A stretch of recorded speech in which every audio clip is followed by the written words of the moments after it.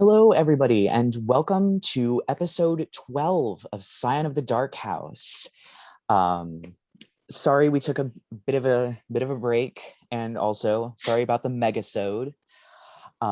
This is for those of you that don't know and weren't here before, a Dungeons and Dragons 5th edition Gothic horror podcast. Since it is horror, that means that we deal with subjects such as gore, blood, violence, child endangerment, body horror, and a variety of other subjects. I've made sure to get all of my players' lines and veils. So if there is something that hits a line for you, please take a break. Your support means a lot to us, but so does your mental health. So where we last left off, you guys had just finished your battle with the weird and mysterious Gideon Herbert and killed him twice, seemingly. Afterwards, there was a awkward conversation between family and ex-lovers of a certain character. You then discovered there was more than meets the eye to the strange shop, the Illuminated Way, finding a basement with skulls and candles. You guys figured it was a puzzle, and you managed to solve it, giving you access to the back of the basement. After a quick rest to make sure that you were prepared for everything that might happen, you found all kinds of strange things, a cauldron with a liquefied demon in it that howled in pain as you killed it, and paintings that seemed to come to life and telekinetically toss you about and transform into portals, disgorging horrible flying creatures. And Arthur fell into one of the paintings, finding equally horrible things inside. After a long and hard-fought battle, you all managed to destroy everything, and you leveled up.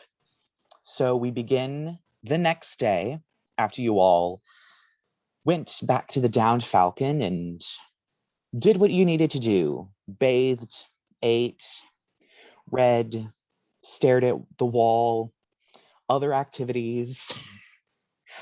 And we begin a little bit into your long rest as things happen. So we'll begin with Rerek. As you're sleeping, you're having various dreams that you normally have at night, until one appears that seems significant in some way. Your prophetic and oracle-like gifts and divination studies have helped in you gaining visions into the future, which was partly how you discovered the prophecy that led you here to this very group. And it seems another vision has appeared again. You see a house on a hill, a large house with many towers and gables and roofs in the dark. Then 4 bright stars appear above it, bathing it in starlight. And the starlight expands, pushing across forest and hill and meadow until it stops. It's pushed back the shadow, but the shadow is still leaving deep stains upon the land that is still in darkness. Tendrils of it snake across the land. And in particular, you see it move towards a house.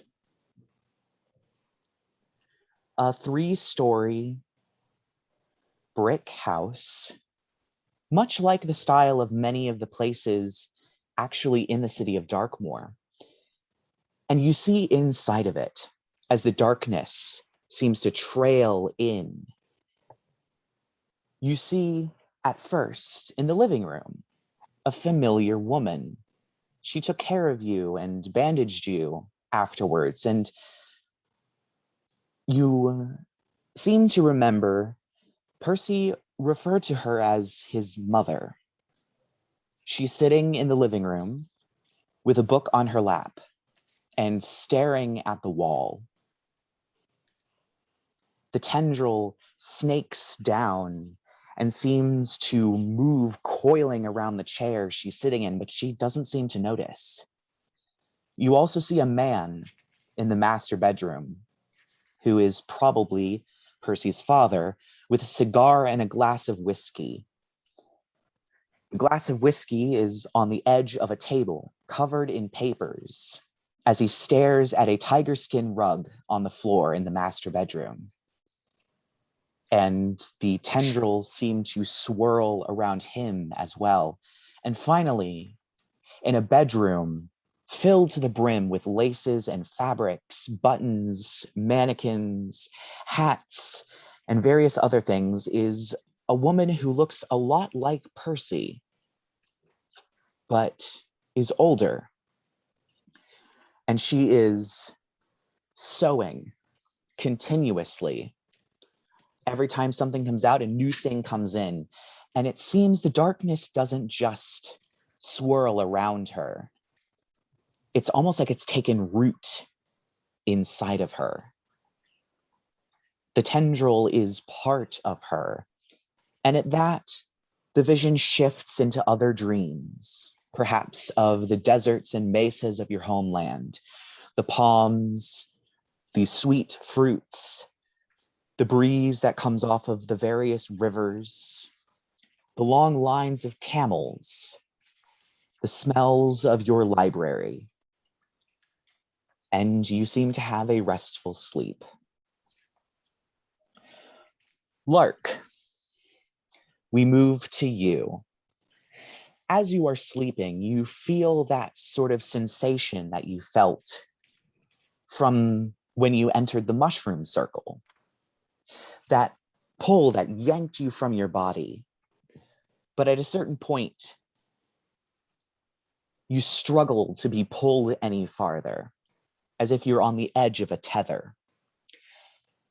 You see a shadowy figure of a woman sitting at a vanity. You can't even see her reflection in the mirror, but the chair she's sitting on, the vanity, the wood around the mirror seems to form thorns and briars and black roses. She doesn't turn around, but it seems she's sensed your presence. Ah, it seems I can still reach you. How have you been? My queen, things in this the mortal plane are interesting, to say the least. We've run across some. There was a man who was trying to pollute the priests of their distant gods, which I found hilarious. I wish he had done more and gotten further than he had. You know, it's almost pitiful how they can't bask in the glory of you and the Archfey, but I mean, they're just stupid mortals, right? Yes, of course. And their pathetic and faraway gods have limited our powers, mostly to the Feywild. However, I have managed to get some eyes on you and your little band of misfits. And it seems that you all can be quite useful. I have seen this so-called fairy godmother. I've heard reports from you as well. I've had some eyes on her for a while. When you wake, underneath your pillow, there will be a stone, a river stone from my kingdom, with a rune carved into it. I want you to put it in her office. It'll be a beacon for fairy mischief. As you wish. Of course. I'm sure you are now enjoying your gifts that I've given you. Of course, my lady. He just, Yes. I don't know, fairy magic bullshit happens, what Lark said. She still doesn't turn around, but you can almost see in the shift in her shoulders and head, she's probably smiling. Mm. Yes. Well, it seems, as always, these sorts of powers come with a price. And I must ask something of you, and hopefully this won't break apart that little group of yours. The Cleric. Yes, my queen? He is a Kruetzwald, correct? Yes, my queen. Of course. Well, it seems his blood has an outstanding debt. Never mind that, it's something I will take care of on my own. However, I will need a drop of his blood. Just a drop. If you could obtain it for me and leave it, perhaps, in one of those little blooms that you have been dotting all over the wretched place that you're currently trapped, I'll be able to find it. As you wish. It shouldn't be too hard to get Percy to bleed. He's not the halest of humans I've run into so far. Of course. Oh, and also, before I forget, I've had reports that the fairy godmother is going to an opera tomorrow night. Hmm? Perhaps that may be an opening to plant that in her office. Thank you for for the gifts and the information. I will do exactly as you've told me and plant it in her office in a place she won't find so that she can get exactly what's coming to her for invoking our names and not paying her prices. Of course, I'm sure you will. I have full trust. You have not failed me thus far. And then it seems the vision ends as you go rocketing back, yanked back into your body where you continue your sleep. Next, we're going to move to Arthur. During the night, it begins to storm.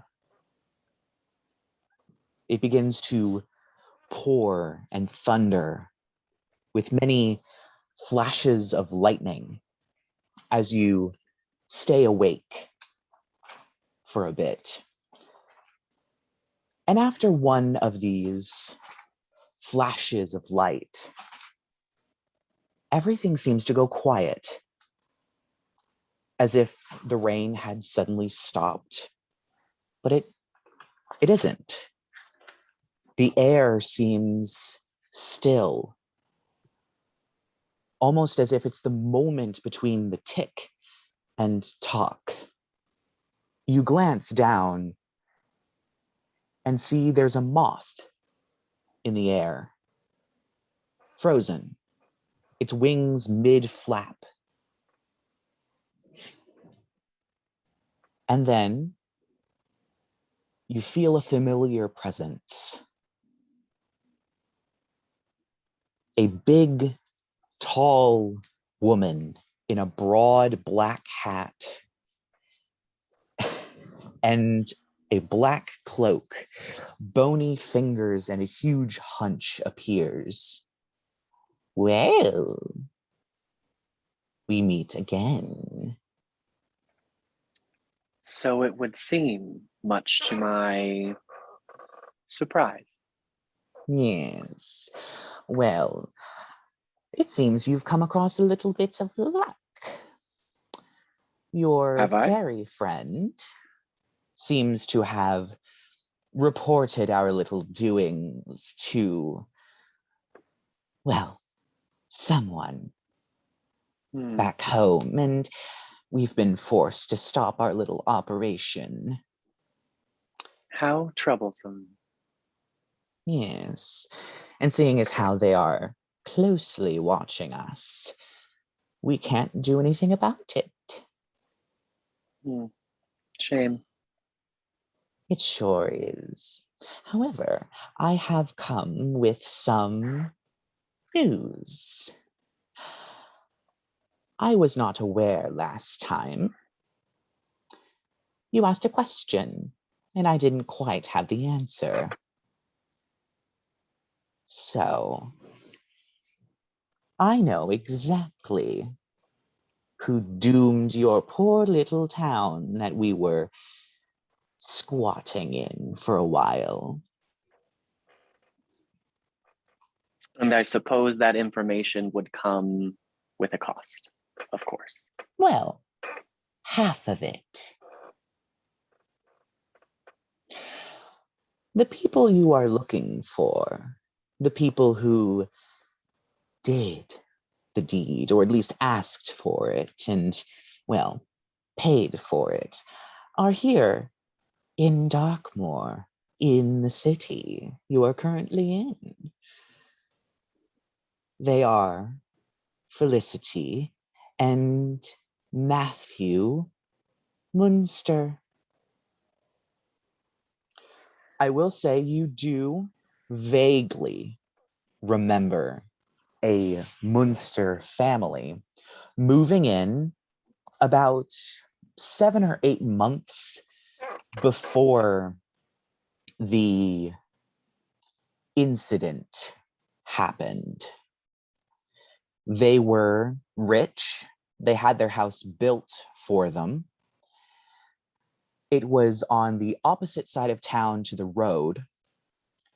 It was a big house, and they had a child who they never let outside to play with the other children.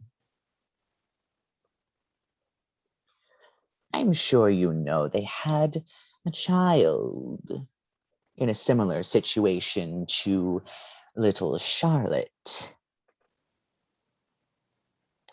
Or do you seem to recall something to that tune? I'm sure you can put the puzzle pieces together. Of course, the rest of the information, well, you'll have to pay for. Just a favor at some point in the future. Why now? Why tell me this now? Well, we hags are pretty vindictive.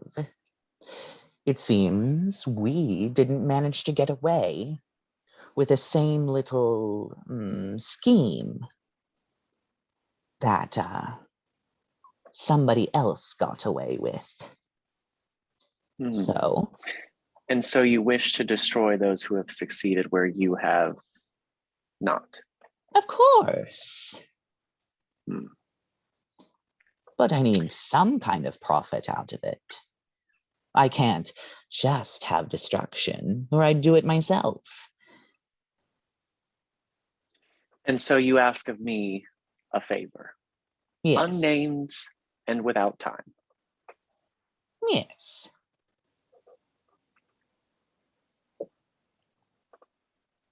I am open to negotiation, of course, but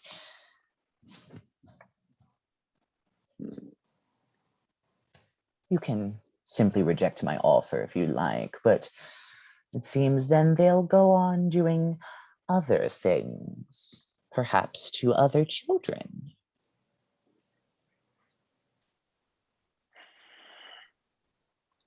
Tell me what you know. Wonderful. Far, far north, on the edge of the border of Gothia, there is a little town called Lockjaw. It seems there, my rival sisters have set up a little operation.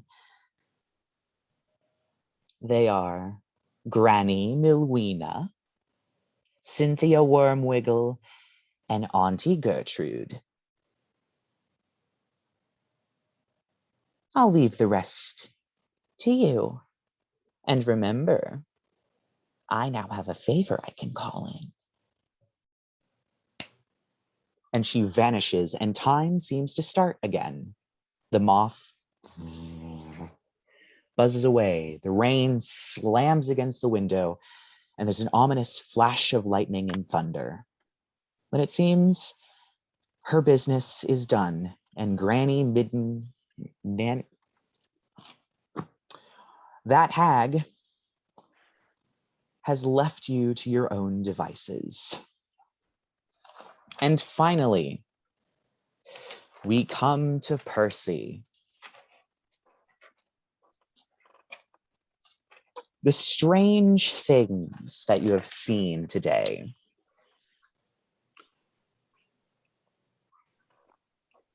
They certainly had an effect. Your dreams are nearly non-existent as your brain simply wants sleep. But it seems a dream comes to you anyway. You are standing in the dark. A single source of light shines down on a surgery table. You feel as though you are back at St. Hypatia's in the surgeon's ward. But you can't see anything beyond the light. You are holding a scalpel. Your hands are covered with blood. And laying on the table is your sister, who you seem to be performing surgery on. She is completely opened, and you see her internal organs, but there's something bizarre. They're purple and blue. They undulate and writhe strangely. There seem to be tentacles as well, and you've been digging around inside of her, trying to desperately find something, before it seems her head lolls to the side, looks you directly in the eyes with white, glazed over eyes of a corpse, as she reaches out and grabs your hand. Her grip is ice cold to the point where it stings, and she says, "You can't get it out.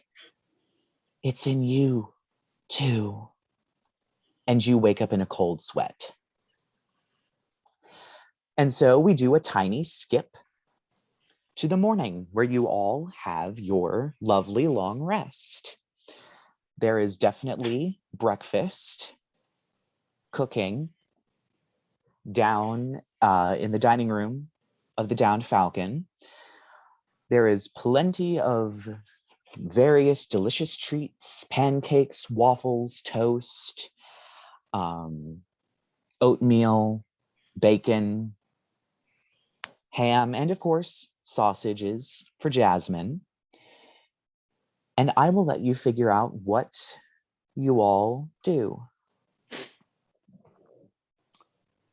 Percy is gonna just be kind of staring into his porridge, looking a little wide-eyed, I guess, as he absentmindedly feeds himself. That's about it.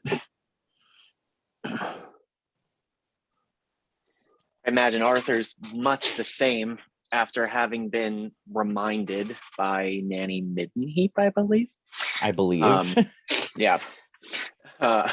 What terrible things have been done in pursuit of the reclamation of his town.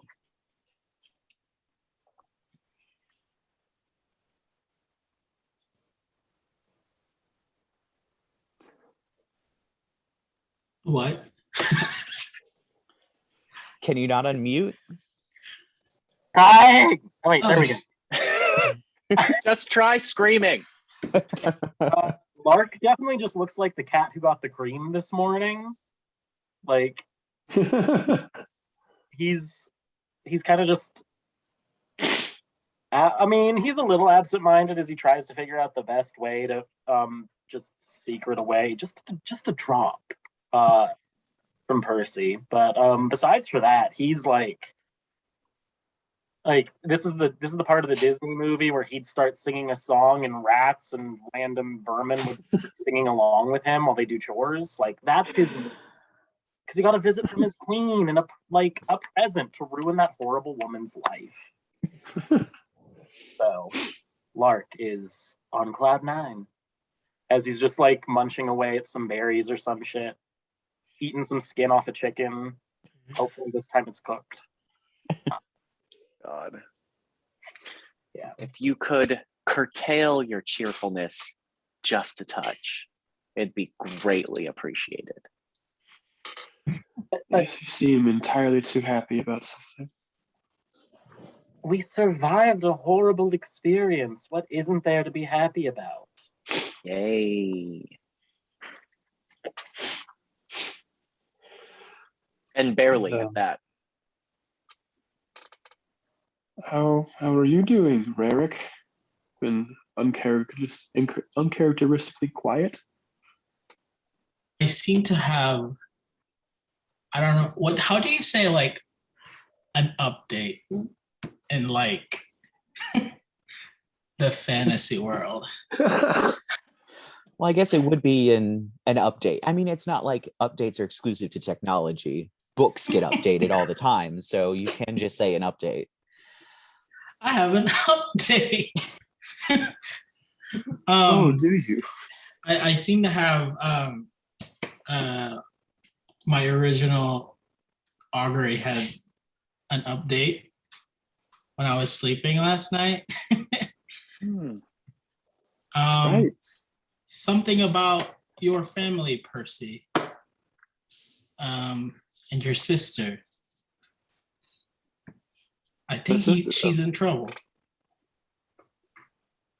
What did you see about her? Is she okay? Did something happen? What was that again? Like little tentacles? There seems to be a darkness reaching out from the house, slithering across the land, and one of those happens to slither into his family's house and seem to be a part of his sister. Yes. In my dream, your sister and your house, your family was covered in darkness. In little, I don't know. It's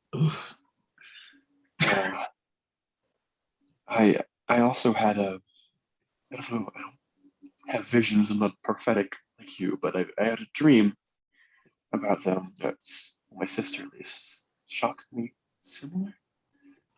I think she might be in danger.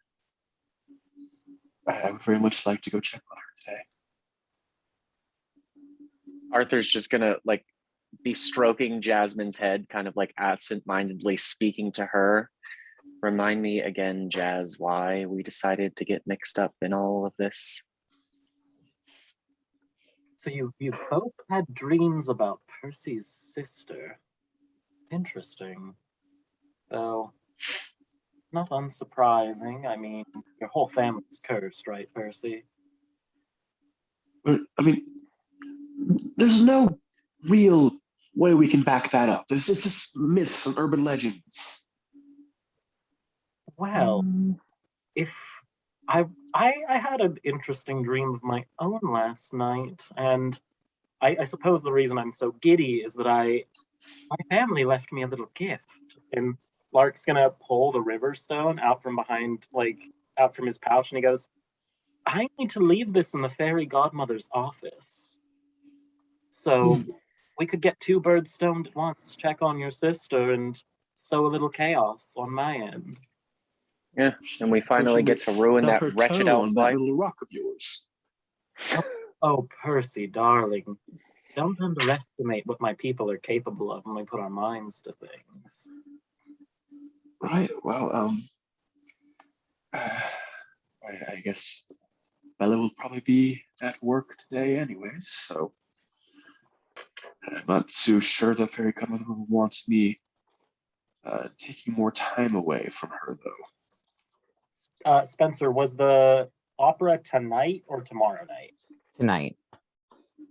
Lark's just gonna be like, the funniest thing when they dropped it off, they told me that the fairy godmother was going to be occupied with an opera tonight. The perfect time to get in there without her snooping about, if it's true, which I have no doubts that it is. They have eyes far more reaching than I do.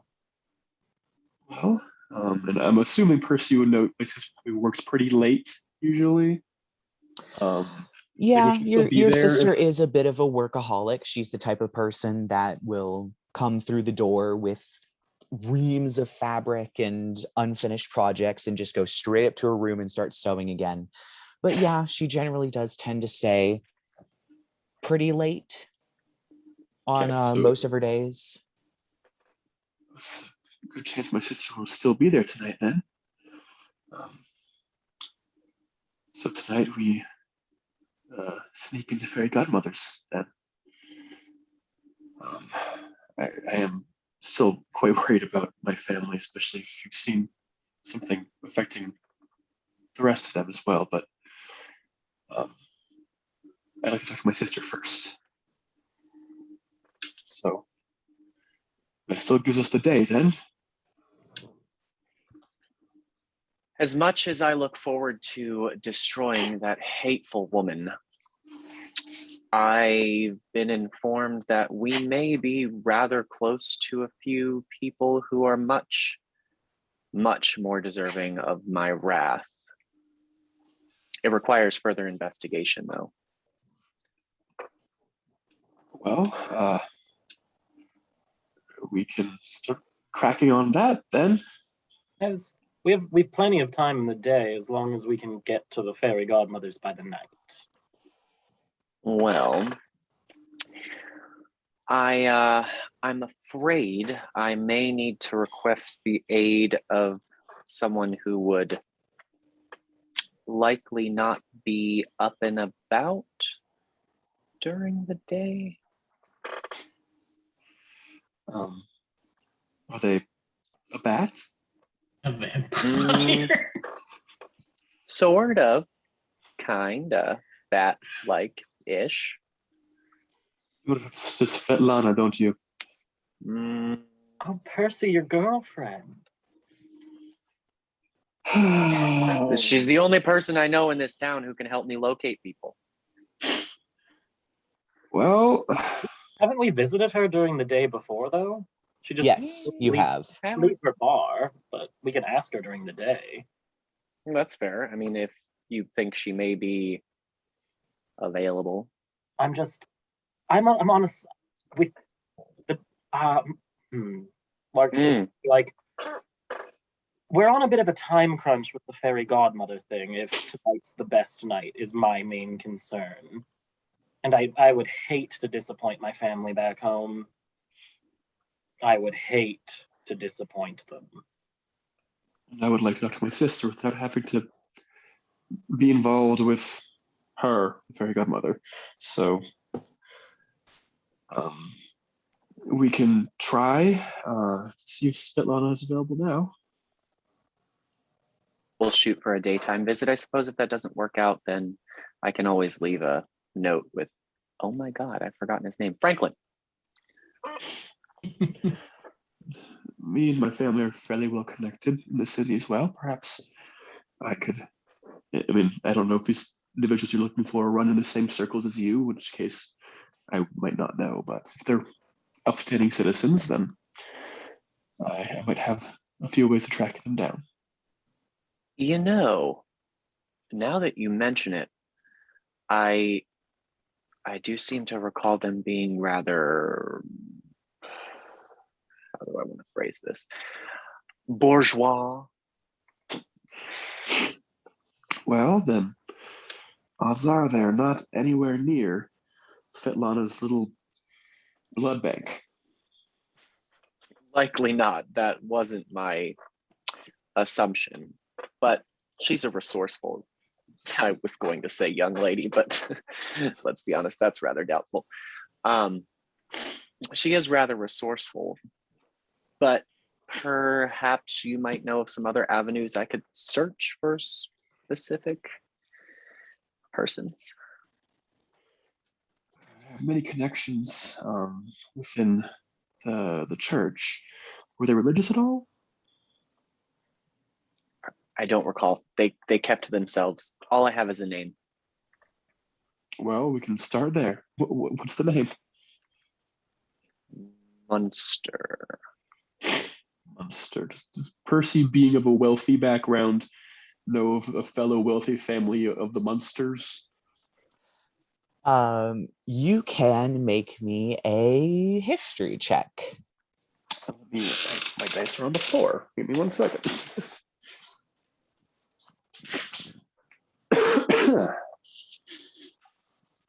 All right. I keep my dice in a little dragon.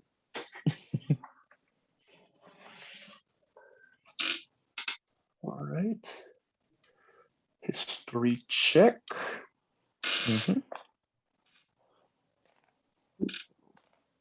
Wow. Okay, I rolled a 19. Let's see what my modifier is.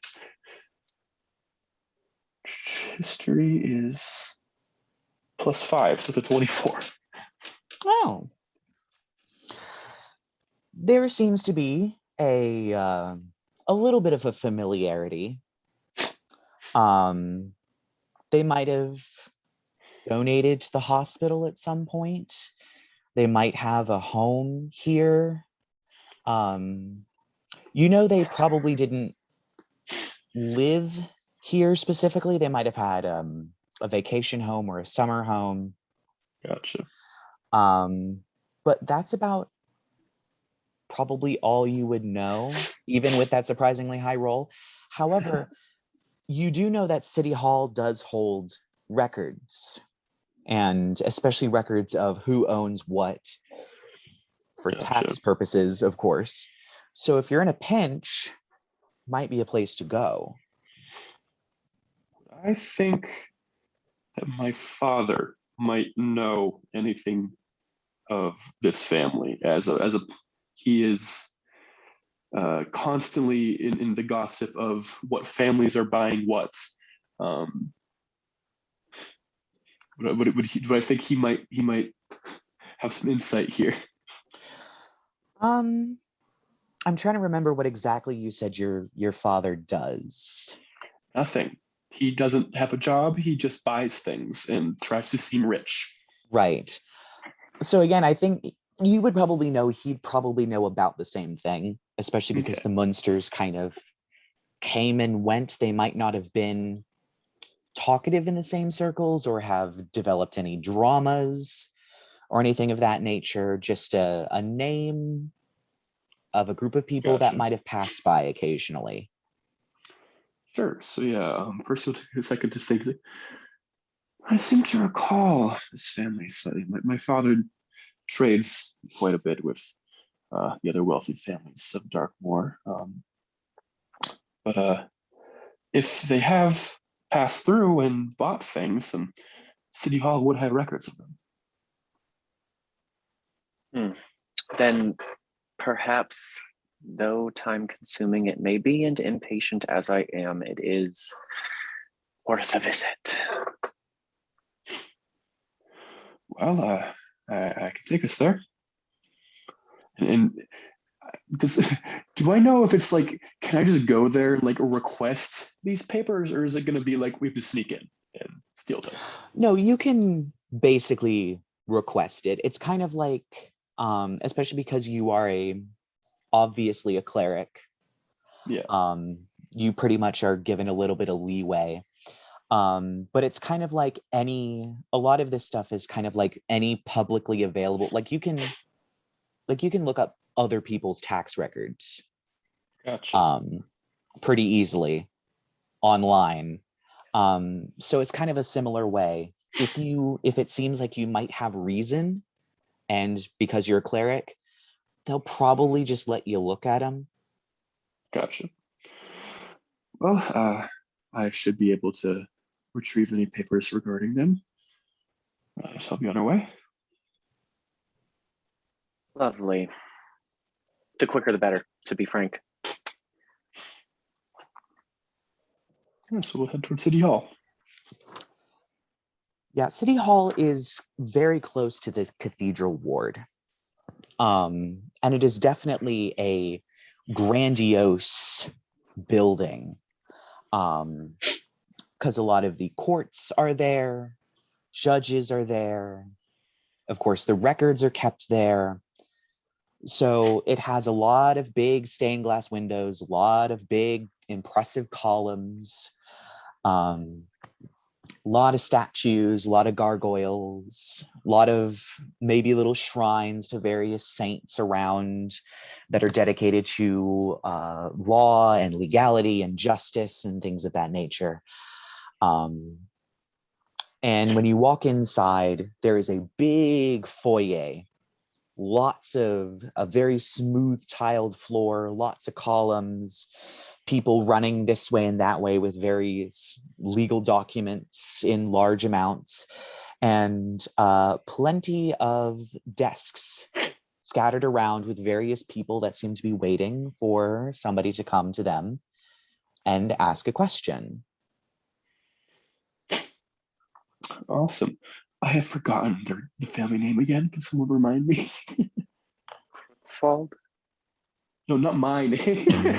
Oh, we're that looking family for. name. I was like, Yeah. you forgot. Yeah, the Munsters. The Munsters. Let me write that down. And you don't happen to know the first names at all?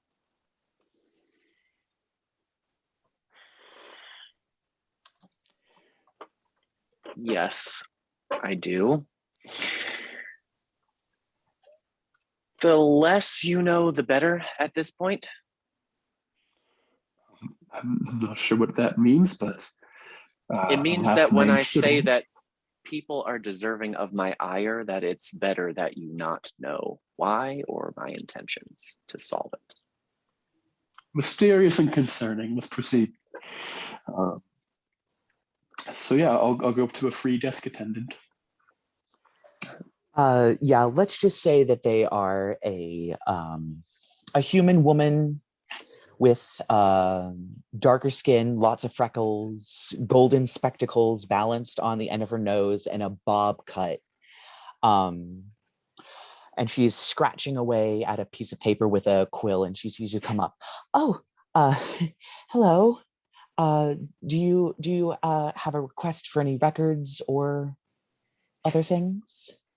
I'm gonna try to really butch up the clericness of this encounter for some officialness. They really try to flash the symbology on my robes. Mm-hmm. Hello, may Saint Hypatia have smiled on us today. I'm looking into a family for the church at the moment, and I was hoping you could pull some records for me. Oh, yes, of course. I will get right on that. It's the Munster family. All right. And she scratches the name down, and she looks at it for a moment, and then she reaches out towards a bell, and she kind of hits it several times very hurriedly. And it almost seems to glow a little bit, and the ring of the bell seems to echo a little bit, as if another bell very distantly was ringing the same tone, same way. It'll be just a moment. Very well. And she sits there and begins scribbling again. Let me real quick look at my, yes. And you see an attendant, a very young boy with sandy hair, comes running in and almost skids to a stop. And the lady pulls up the paper and gives it to him and goes, "Could you pull files on that, please?" And he looks at it and he looks at you and then looks down and he goes, "Is Brennan in trouble?" Of course not. No. The church is just double checking on some financial matters. Oh.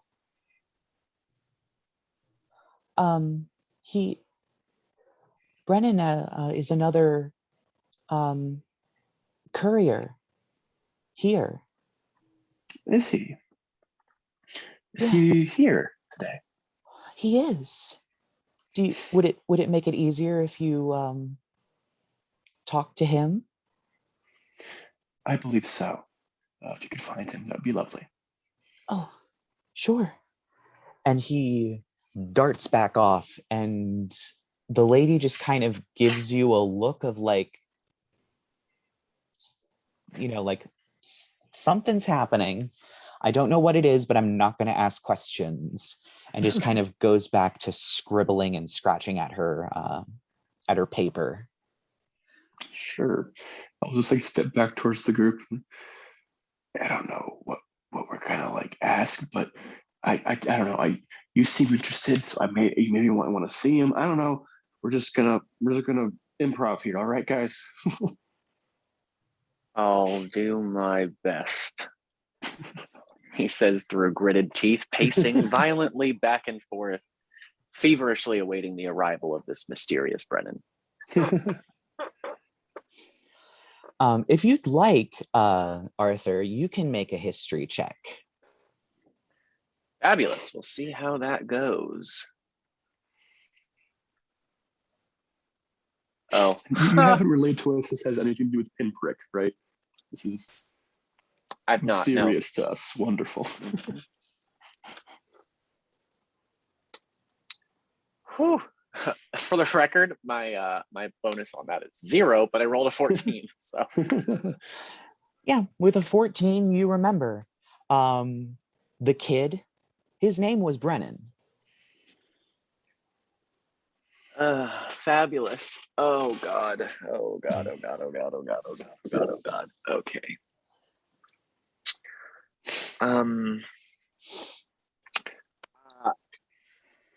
I don't know where to start. I'm looking. I'm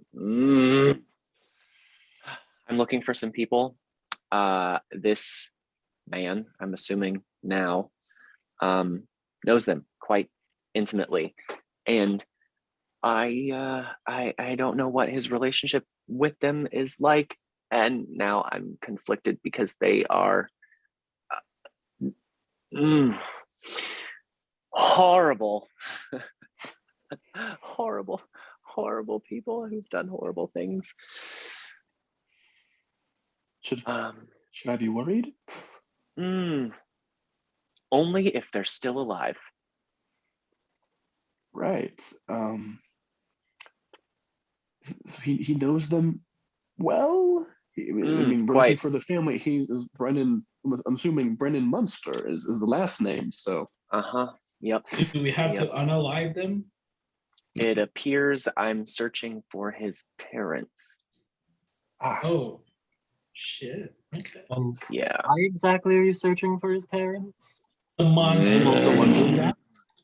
Wait, did he? Wait, Listen. Did I? What exactly?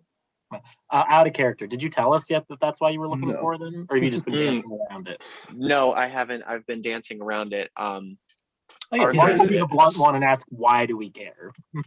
He hasn't told us his dream. No, he hasn't. Sorry, I have like a really bad headache. All right. If you swear to God that you'll stop asking me so many damn questions, I make no such promises. I'll answer what you've asked. While we still await the arrival of the mysterious Brennan, I was visited last night by one of your aunties, Lark, who delivered to me the names of the people responsible for the destruction of Pinprick and my name, my family, and those children, and my home. And I will kill them with my bare hands if that's what I have to do to prevent it from happening again. Only now I know that their child is all grown up and may or may not be emotionally destroyed for the rest of his entire life if I do that. So what in the Weaver's name am I meant to do? At this point, you do see the attendant coming back with another boy at his side. Perfect timing. He looks human, but his skin has turned a bit gray. His eyes are a absolute piercing blue, and his hair is white. Lark, you instantly know. These are the marks of a hexblood. A strange combination of hag blood and perhaps immortal, perhaps one of their children. Hard to tell. There's a variety of ways in which they come about. This child is definitely a hexblood, and is definitely a hexblood of a Bure hag, which you would know are hags that love to live in the snow, in the mountains, and love to foster cold-heartedness.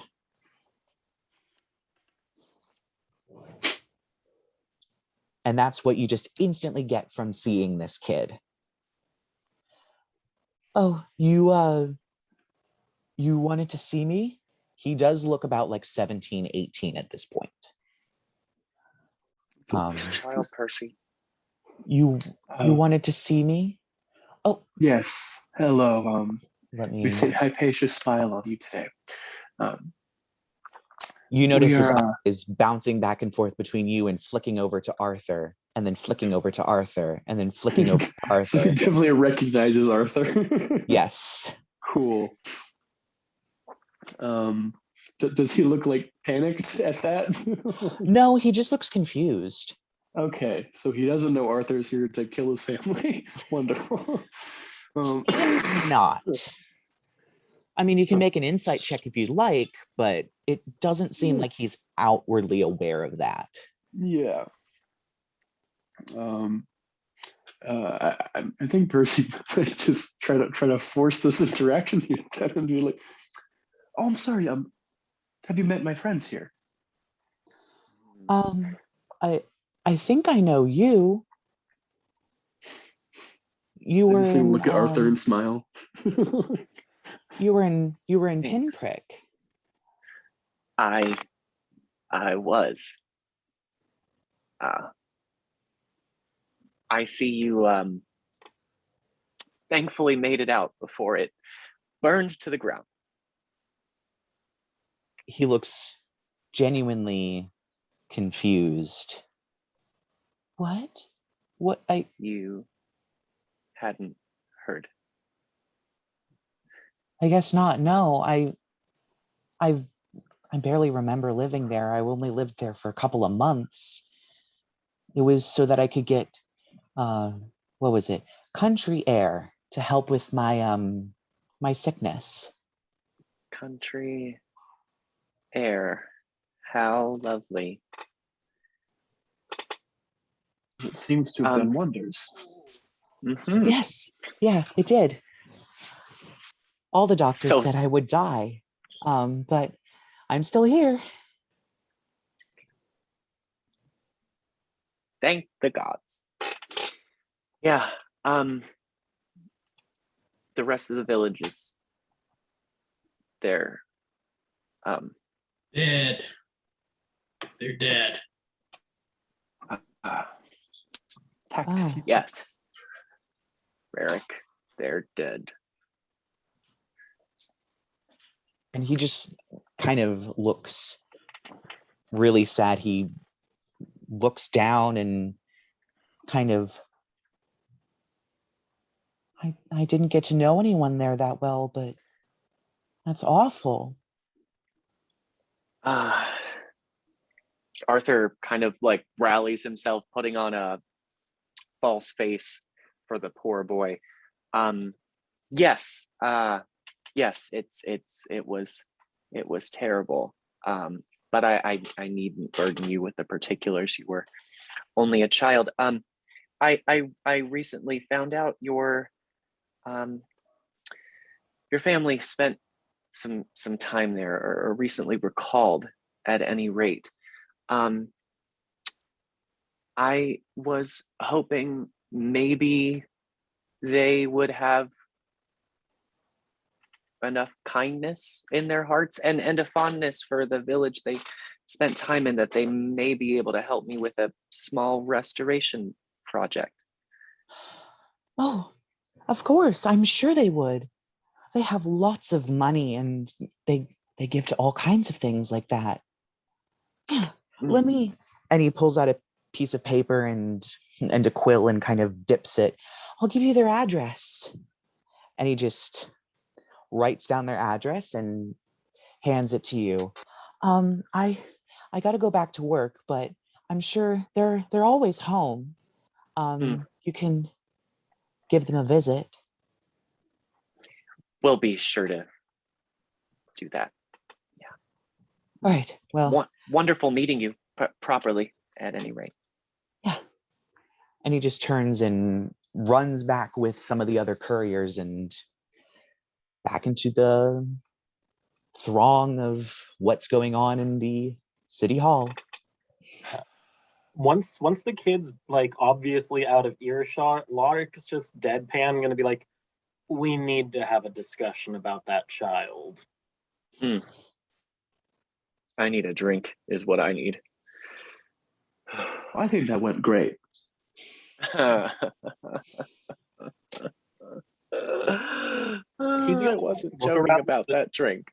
Lark's gonna look at the three of them and pretty much just wonder if anybody clocked that he wasn't human anymore, but I'm assuming nobody else did. Would I have any sort of reference for that? You would kind of look like he obviously looked weird. He looked strange. I mean, he looked human, but no human really has those blue eyes, white hair, and weirdly kind of a little bit gray skin. Like, that's clearly like, I got sick and it left its mark on me, or something of that nature. Gotcha. You probably wouldn't have a reference point. Lark is the only one who would have a reference point. Yep. I guess we could just speed through it, but I'll probably still like try to get some papers sent our way, just so it's not super weird that we showed up and asked for papers and then talked to a child and then left.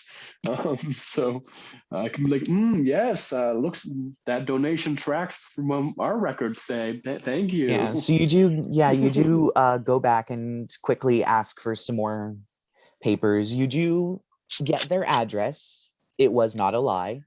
He gave you their real address. It's in another sort of, I guess you could call it a neighborhood on the opposite side. So you have the Cathedral Ward. Your family lives on one side of the Cathedral Ward. His family lives on the other side of the Cathedral Ward, but still in kind of the wealthy housing. Yeah. So the address that the child has given you tracks, and there were some donations that were made to not to St. Hypatia's. They were made to St. Lumen's and the prison, the Darkmoor prison.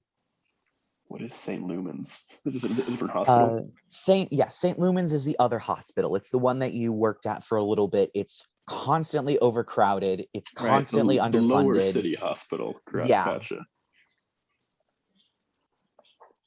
Okay. Curious. They didn't donate to St. Hypatia's, but to St. Lumen's. Maybe, I mean, they do run a much better operation there despite the overcrowding, so I suppose that might, maybe they are, never mind. do we pay them a visit now, or would that be suspicious? Are we out and about, like out of the place now, like walking and moving, etc.? Yeah, we can have left. Yeah. we can. You can walk and talk. Lark's just gonna kind of look over towards Arthur and be like, Arthur, you mentioned an auntie, which caught me a little off guard because they're not supposed to be contacting us anymore. But what did she ask? Did she ask for a favor or repayment of some sort? Hags are I believe, notorious. if I remember correctly, that I also mentioned a drink, so fly faster. Yeah. She it's the same hag that we met on the road to Darkmoor, actually. Nanny Middenheap, I believe. And yes, unfortunately, I did offer her a favor. What was I to do? She had information on my home. Did she mention any other hags in the area? Is a question that I'm kind of wondering, because Lark's gonna casually look around and be like, "That child's not human anymore. Oh, He's a hexblood now, darlings." and that means Yes. What is that? Hexbloods are humans who've been infused with fey magic and begun a transformation into a hag. So someone's partially transformed that child into one of my kind. And judging by his coloration and his frosty disposition, it's not one of the kinds of hags we've encountered already, which leads me to believe that there are more hags in this place than we initially accounted for, which, given the dour circumstances of this land, doesn't particularly surprise me, but could be pertinent information if you know of any other hags out there. she may have mentioned a few. For what purposes would they do something like that to a child other than just for fun? In some cases, it's a means of reproduction for them. Hexbloods can transform into hags eventually. In other cases, they do it as favors for humans. It's a means of... Well, he mentioned he was sick, right? When he was living in your village. Yes, he did. And he's no longer sick and dying because he's not human anymore. Right. Which actually... Lark's just got his detective cap on as he starts putting pieces together in his head, and he goes, if you think about what the hags back that we ran into before were doing with that dying girl.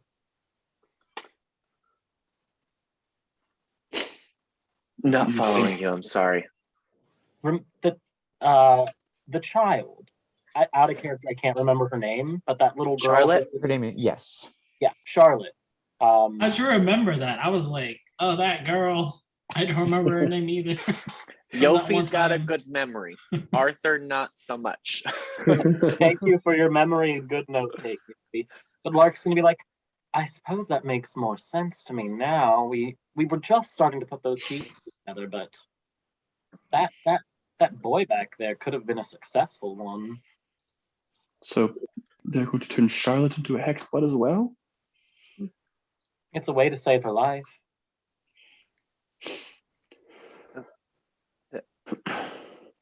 Though at what cost is it going to...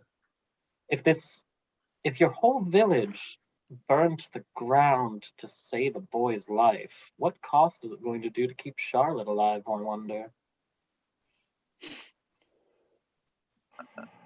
Starting to regret turning our backs on that town. I knew. Nope. Can't do it. Can't do what? Drink. I need a fucking drink. Okay. So, I'm just saying, if you're looking for guilty parties for what happened to your village, and we just encountered a hex blood, there's a hag. Mhm. A buller hag, by the look of him, which means that she lives in cold regions and mountains. So I don't know your geography of your mortal plane, but we need somewhere covered in snow to find your most likely candidate. Snow near So Darkmoor. does that mean the humans that I'm looking for are... No, they can't be. They made a deal then. They can't be innocent. They... Most likely they're not. Yes, there's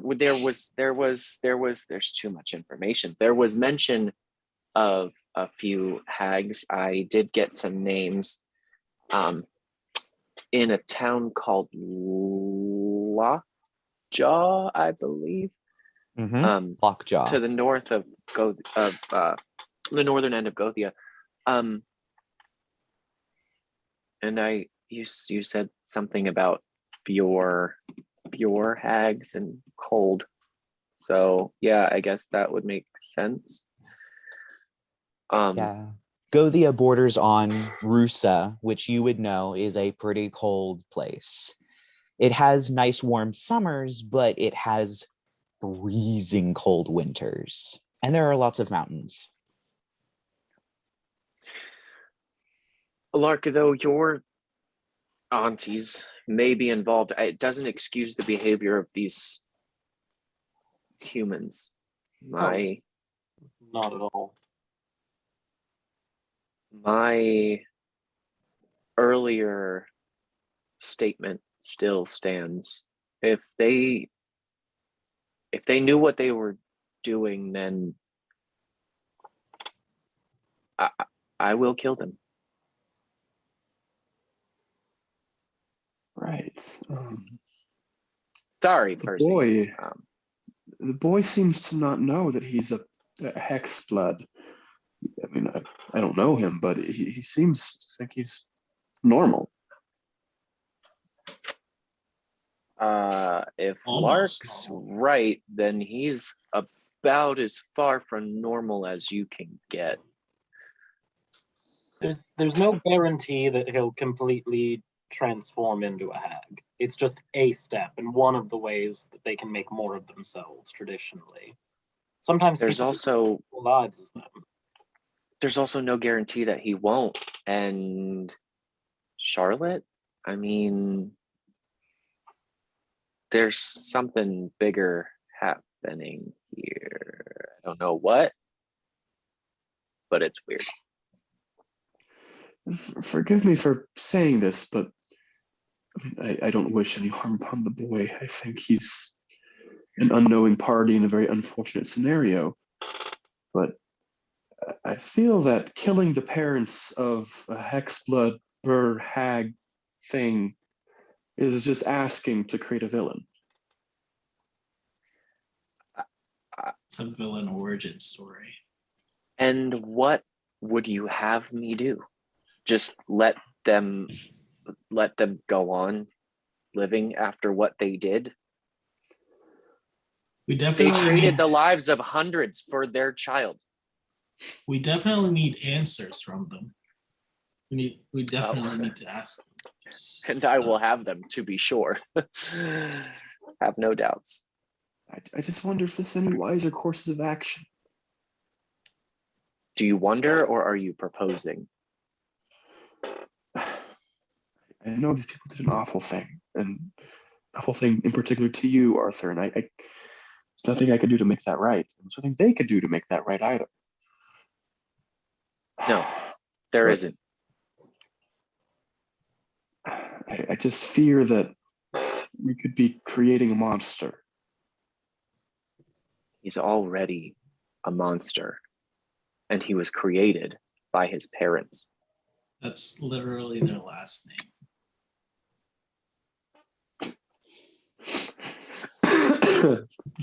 Yeah, I have to laugh at the pun. We can So always kill the Broken boy? fuck. logically, if we kill them all, we will have no more problems. The problem is, and can it be assumed that we've gotten to some place where I might imbibe large quantities of alcohol? Sure. Fuck yes. Okay. And then I'm going to order the largest mug of ale that I can possibly fit between my hands. And between enormous gulps of that, the problem, Percy, is the only way we'll know what the purpose of the boy's creation was, is to ask the hag who did it. And I don't know that I'm prepared for such an encounter. Lark, please feel free to jump in here anytime, because I'm a bit out of my depth. Glug, glug, glug. I mean, should I like roll a check or anything about fur hags in general, or just like wax philosophically for a moment? Yeah, you can roll roll a nature check at advantage. At advantage, thank God, because I'm probably not good at it.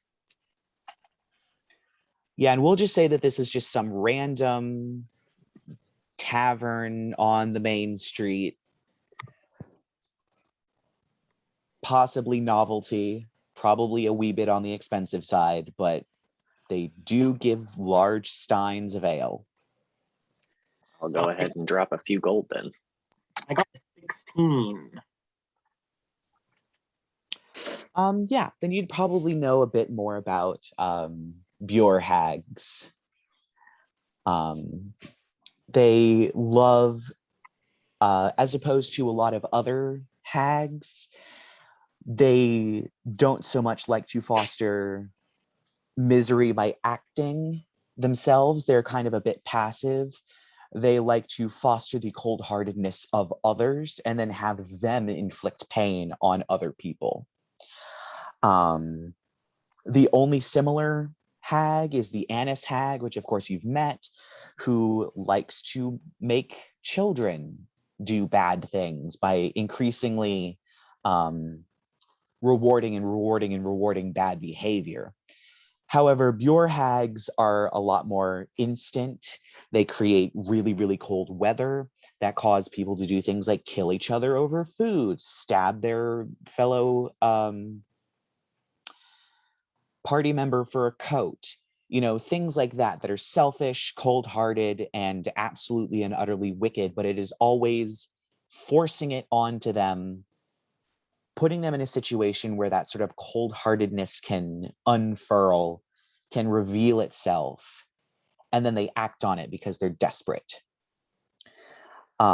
So they love living in mountains with lots of snow, and they also love living in mountains with lots of snow and passes that people tend to go through so they can send avalanches or snowstorms down the mountain to cause this. Okay. Let me remind my computer to update tomorrow. Lark's just gonna be like, well, they foster the wickedness and cold-heartedness in people's hearts, and they like the taste of desperation on mortal lips. They're the sort they bring winter to watch people fight over cloaks and firewood and food. And with that propensity, I wouldn't even be surprised if they cursed the boy in the first place to lead him to death so that his parents would feel cornered into seeking out any sort of help they could find. My 2 cents, at least. Also, we're talking about hags here, so I wouldn't be shocked if there are 2 more accompanying her. They really do favor going 3 by 3 unless they're particularly confident in their abilities, which most hags are, but outside of the other planes of existence, safety in numbers does prevail when they're trying to do stronger magic. I do seem to recall, says Arthur, violently slapping the mug down on the table, 2 more names that Nanny Middenheat mentioned. I can't recall them at the moment, but yes, there's a group. So we can assume, though innocent this child may be, that his continued existence can only be detrimental to the people around him? Question mark. I mean, Svetlana's continued existence is detrimental to the people around her, and you're not Yes, doing I can't condone the murdering of a boy. And I'm not going to let you arbitrarily kill someone because they were turned into a fae, Arthur. Arbitrarily? It's far from arbitrary. His existence is directly linked to the death of my entire family and everyone I'd ever known. In what way is that arbitrary? He didn't ask for it. He didn't even know. I'm not suggesting we kill him. I'm just. You just turn him into an orphan. I don't know what to do, is what I'm saying. We don't know why he was made. And Lark, though it might piss you off, it's probably not for the greater good. I mean, it's not like you're particularly interested in like helping humanity ascend as a whole, such as it is. No, not at all. My point. Okay. Vengeance is due. You're right. Something needs to be done. His parents may have committed sins that they have to pay for.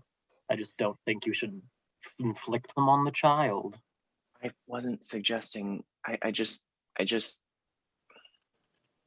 considering the implications of all of it, and I still need answers. I don't know what healing their child have to do with destroying the village. Why? Curse your rotten, vague aunties. Curse them.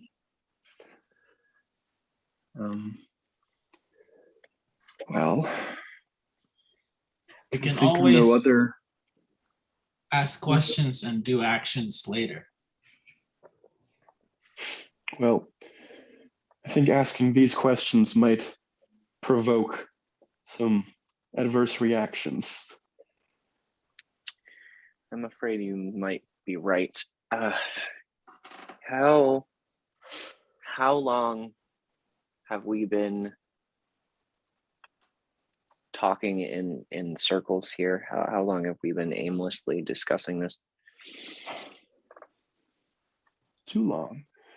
But are there no other punishments fitting besides murdering the parents?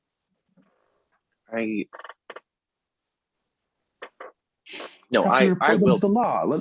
Let the city of Darkmoor put them through the criminal justice system. Really? I heard it as soon as I said it. It's horribly corrupt, I'm sure, as much like the hospitals are. And as much money as they have, you really think that they'll be sent to prison over a tiny village that nobody even knows about? You're right. Much less cares about. Right. The fundamentals of the city cannot be depended upon. I should establish, I'm all for you murdering the parents, Arthur. But there's the other issue, is if you were to hurt the child, the hag would know, probably. Of course she would. Okay. I get as much information as I can from the parents, and then they die. And we go from there. I go from there. You are free to do whatever you like, accompany me or not at this point. We'll support you, Arthur. We'll come. We just try to, on the way, workshops something else. But fine, I'm behind you. Much appreciated. Okay, I've had enough of this for one day.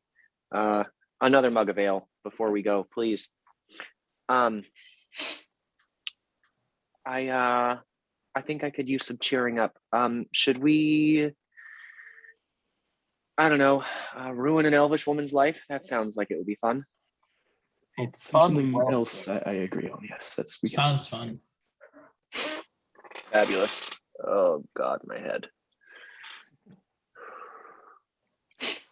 So it is still after midday, probably. maybe like 3 or 4. So it isn't quite dusk or whatever time the opera may begin. But you still have some time. Unless you want to fast forward simply just to that time. Well, above game, we could check in with Franklin just to see what the dove had to say about the death of Gideon Herbert. Yeah, I'm curious. Okay. There. All right. Well, then I'll just repeat that in game.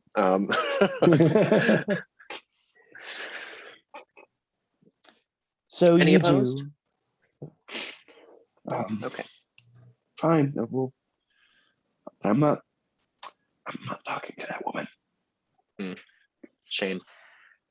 So you do make your way down to the Shovel and Spade at the very edge of town, standing alone with its usual red windows and black siding.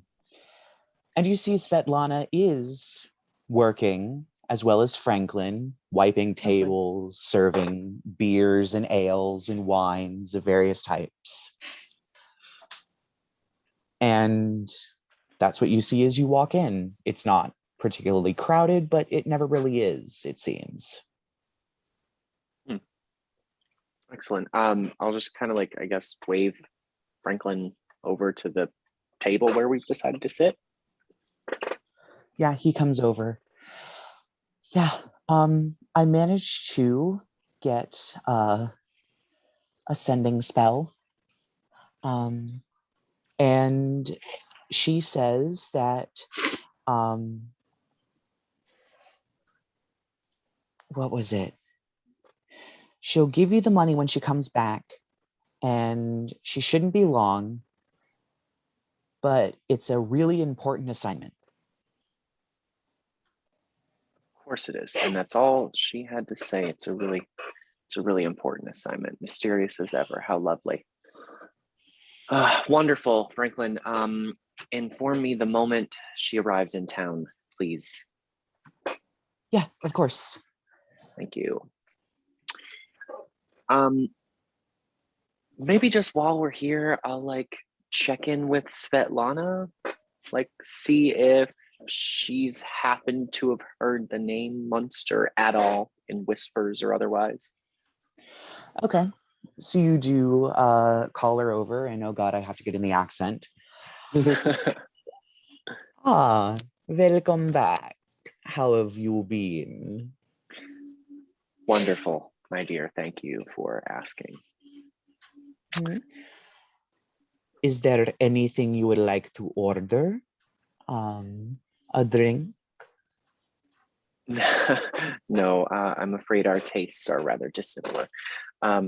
However, information, if you have it or know where it can be found? Perhaps. I know a lot of things. I'm sure you do, and I count on it. There are some people rather well respected in the Overcity so far as that's worth. I only stop here because I wonder if there are any whispers to the contrary down here. The name Munster? Ring any bells? Never heard of it. Sorry. No problem. It was worth a shot at any rate. For your troubles. And I'll hand her 2 gold pieces. Oh, thank you. And she kind of just tucks it into her apron that she's wearing. Well, sorry, I did not have any information for you, but well, I'm sure you've checked City Hall then. Yes, we only know where to find them. That's it. I was hoping to be a bit more prepared before a visit. Well, I don't know them very well. I know the lower city better than the upper city, of course. Thank you for your time. You've been course. lovely as always. And she kind of swishes and goes back to serving and wiping down tables. All right. Well, that Everything doesn't we get me need? anywhere. Great. Let's go. I So do eager. love to see you squirt, Percy. Just gross. It's just gross in here. All right. Let's just go. On any other day, I'd be as delighted as you are. But fine. We'll away then. So where would you all like to go?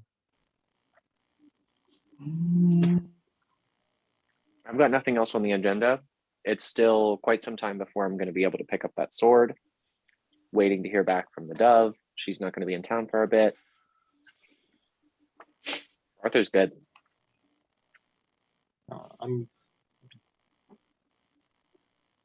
So we fast forward to breaking and entering. Yeah, why not? Sure, let's do it.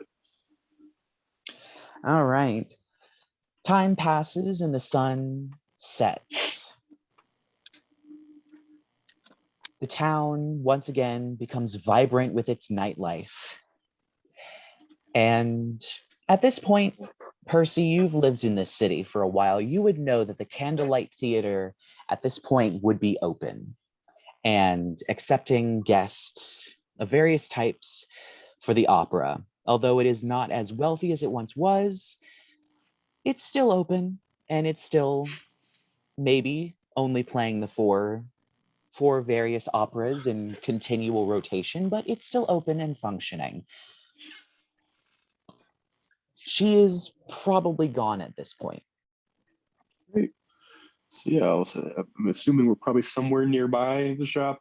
Yeah. Upper city. So, all right, the Candlelight Theater should be accepting guests, and well, the fairy godmother is nothing if not prompt. So I would assume she's there by now. Wonderful. As I said earlier, I really could use some cheering up. Although, Lark, this is a bit personal, so perhaps you should take the lead. The store is closed also, right? Yes, the store is closed. However, I will say you probably do see lights on the second floor where there would be like various people who are still working, but they're still working. Are there any entrances aside from the front door? There is the back door that probably your sister would use. It goes directly up to the second floor. Percy's sister likes using the back door. Girl, same. Yeah. That's moving on. So I guess Forgive me, I totally forgot your sister was involved in this as well. Wow, it's been a day. So Lark's gonna suggest, since after Arthur pointed out it's personal, he's like, it's personal for Percy too. How easy is it to get in there for a concerned brother and a few of his friends, and maybe you and I slip away to the office while he keeps the rest of the people distracted? I just need to tell my sister. I can't even imagine most of the seamstresses are still working. Just know Bella's a bit of she likes burning the candle at both ends. So I can assure you we'll be quiet as a cat. Great. Well, you probably know how to pick locks better than the rest of us. I'm gonna gesture at the back door. I've never tried to pick a lock, but let's see what this level 1 rogue shit has got going on. Yeah, I think I have some kind of thing. 1 second here. I think you get proficiency with thieves' tools, which would be dexterity plus proficiency. Okay. Can we give you the help action on the deck? Just sure. Yeah, that sounds good. Like, so I know you can do this, Arthur. So is this just a straight dex plus proficiency then? Yeah, Dex plus proficiency. And help action does what again? Gives you advantage. Oh, okay, cool. So then let's do this. Advantage. Roll. Sexy. 23. Yeah, it seems to be a pretty old lock that's been opened and shut a lot. And so your thieves' tools just slip in, click, and it opens, and you're in. Excellent. So, remind me again the plan. We're sneaking upstairs while you do what? We are going to sneak upstairs, and if anyone catches us, we're just going to use Percy as the excuse, because it's not even a lie, it's the truth. Except you and I split off once he gets close to his sister and he points the office out to us. Sounds good to me. Fair, okay. How quick would it take you to sneak into the office, though? Provided I'm alone, besides Jasmine, I assure you I can sneak in and out without being noticed in a few minutes. Because I can just ride with you if I use a little bit of magic, but it won't last long.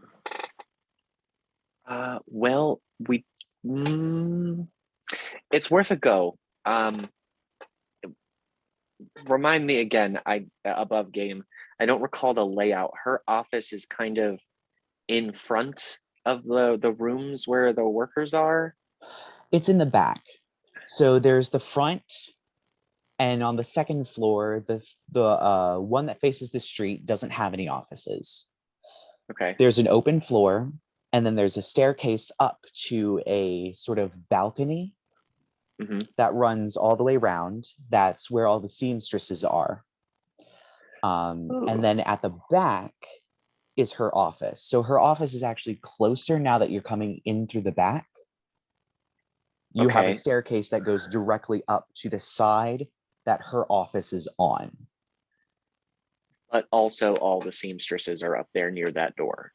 Yes, but there seems to be only 3 lights on, as opposed to Fabulous. all of the other ones. So, like, Lark's reasoning is he knows at this point how good Archer is at sneaking, way better than he is. But now that we're above game, now that we've grown in power, he can cast Enlarge Reduce for free once a day.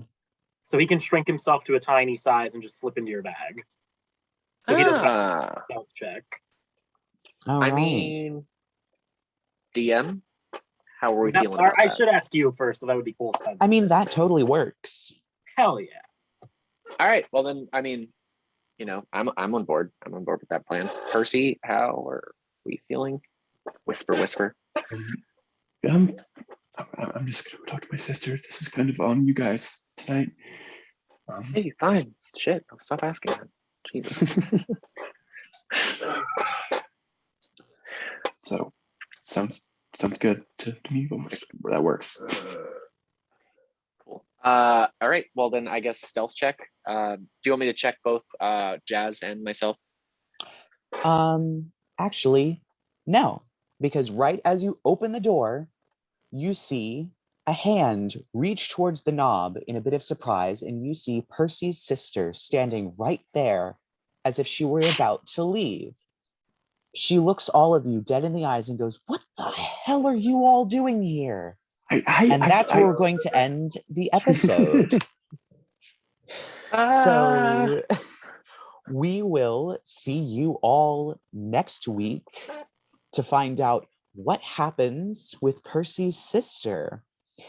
And I'll see all of you in 10 minutes.